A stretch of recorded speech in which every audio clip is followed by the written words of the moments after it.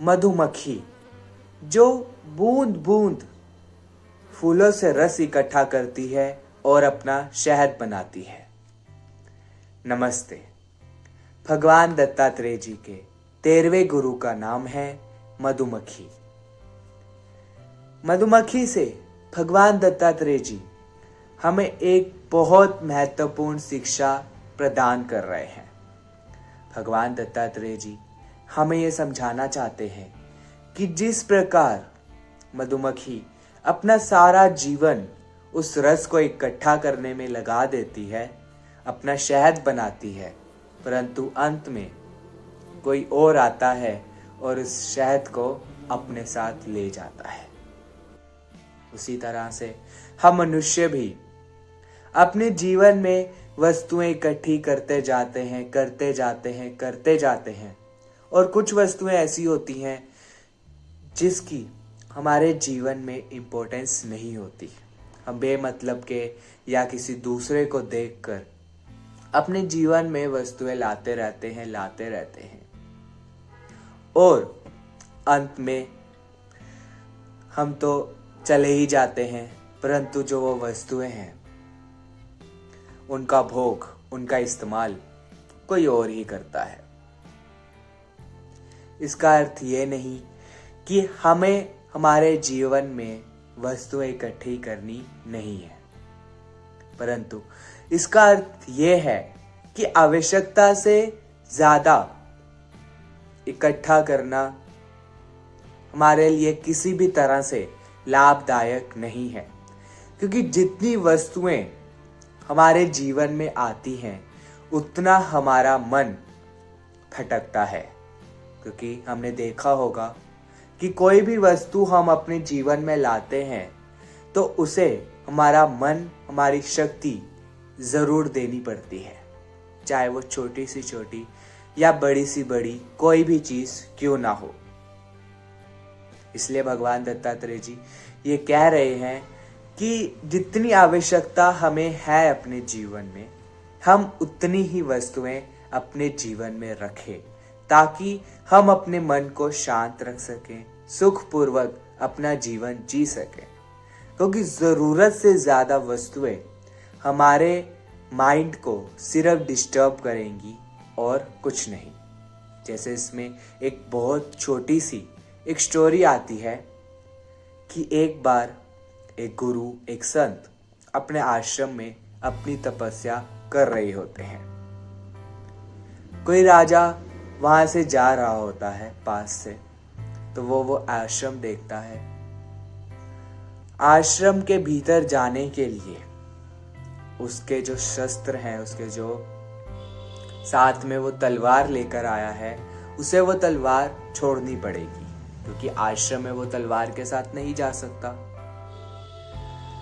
तो जो संत, जो गुरु वहां अपनी तपस्या कर रहे होते हैं, वो उनसे आज्ञा मांग कर उनके पास उस तलवार को रख देता है और जो कार्य उसने करना होता है, आश्रम को देखना होता है, आश्रम के भीतर जाना होता है, गुरु को प्रणाम करना होता है, बच्चों से मिलना होता है, गुरुकुल में क्योंकि बच्चे भी पढ़ते हैं तो बच्चों से मिलना होता है, तो वो उनसे मिलकर अपना कार्य करके चला जाता है।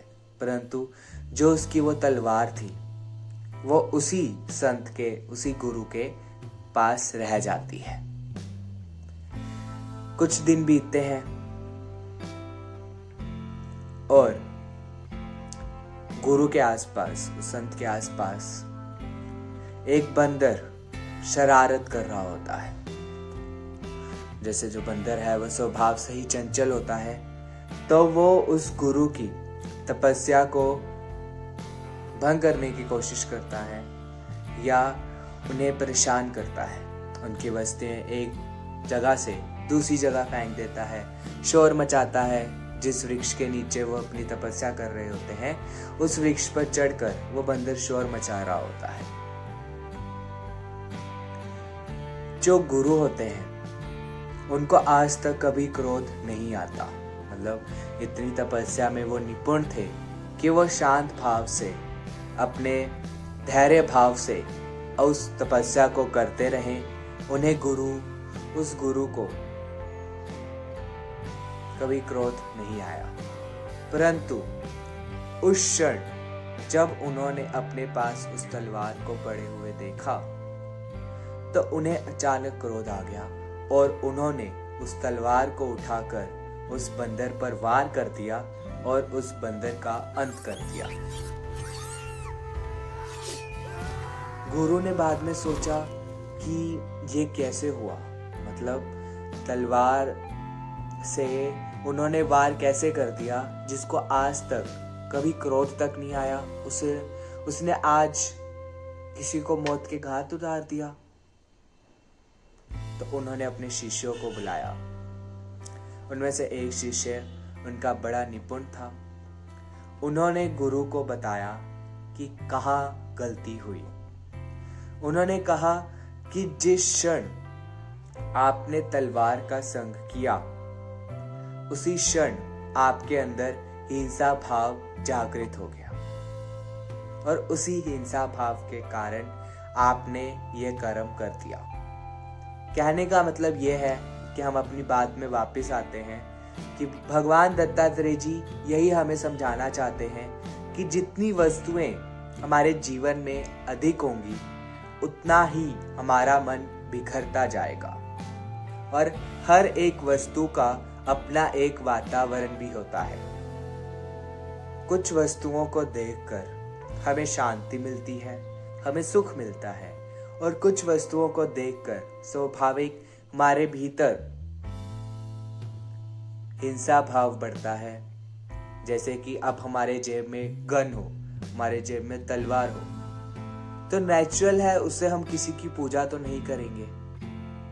अगर हमारे सामने कोई ऐसी परिस्थिति आएगी तो हो सकता है हम ना चाहते हुए भी उसका इस्तेमाल कर बैठे। इसलिए हमारे जीवन में जो वस्तुएं हैं उनका भी अपना एक प्रभाव होता है और यही सीख यहाँ हमें दी जा रही है कि जिन वस्तुओं की जरूरत रियलिटी में हमको है, सच में हमें उन वस्तुओं की जरूरत है, सिर्फ उतनी ही वस्तुओं का संग हम करें, उतनी ही वस्तुएं हम अपने जीवन में लाएं, क्योंकि जरूरत से अधिक वस्तुएं हमारा मन भी लेगी, हमें बिखेरेगी भी, और मन को बिखेरना बहुत आसान है। इसलिए कोशिश करें कि अपने मन को समेट कर रखें और जितनी वस्तुएं हैं उसी में संतोष करना सीखें। जिस प्रकार एक साधु, एक संत कम से कम वस्तुओं का संग करता है और जितनी वस्तुएं उन्हें आवश्यक होती हैं उतनी ही वस्तुएं वो अपने साथ लेकर चलता है। अपने जीवन को भी हम सुख पूर्वक जीने के लिए, शांति से जीने के लिए ऐसा जीवन जी सकते हैं। इसलिए कोशिश करिए अपने जीवन में थोड़ी शांति लाइए, संतोष लाइए, खुशी लाइए, और कहीं से लानी नहीं है। अगर मैं अपने वर्ड्स, अपने फ्रेज को चेंज करूं तो ये कहीं से लानी नहीं है चीजें, ये हमारे भीतर हैं। हमें बस उन्हें जानना है विवेक के थ्रू, विजडम के थ्रू, और स्पिरिचुअलिटी से मिला हुआ विजडम हम कभी नहीं खो सकते। नॉलेज, क्योंकि स्पिरिचुअलिटी भी एक तरह की नॉलेज है, तो नॉलेज से मिला हुआ विजडम, विवेक हमें अपने जीवन में प्रयोग करना है ताकि हम अपने जीवन को खुशी से और अच्छे से जी सके। अगले वीडियो में मिलेंगे भगवान दत्तात्रेय जी के अगले गुरु के साथ। तब तक खुश रहिए, अच्छे से रहिए, शांति पूर्वक अपना जीवन जिए और प्रसन्नता के साथ आनंद से रहिए। नमस्ते।